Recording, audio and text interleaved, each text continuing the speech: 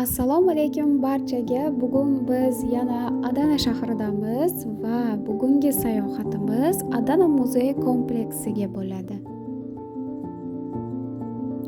Ushbu muzey 2017-yilda ochilgan bo'lib, uni to'liq sayohat qilish uchun 2 soatdan oshiq vaqt ketadi.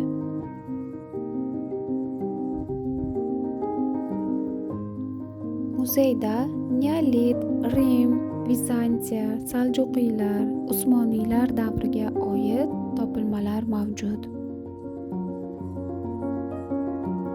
Muzey Adananing eng katta shahar qismida joylashgan bo'lib, muzey judayam tarixiy manbalarni va eng qadimgi davrlarga oid mozaikalarni ham o'z ichiga oladi.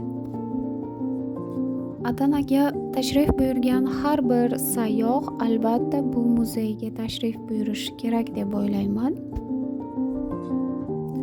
Muzeydagi mashhur eksponatlar orasida Darxunda haykali ham mavjud ekan, ya'ni Hititlar davriga oid ekanligi aytildi. Ushbu muzey sayohat qilishga arzigulik muzey hisoblanadi.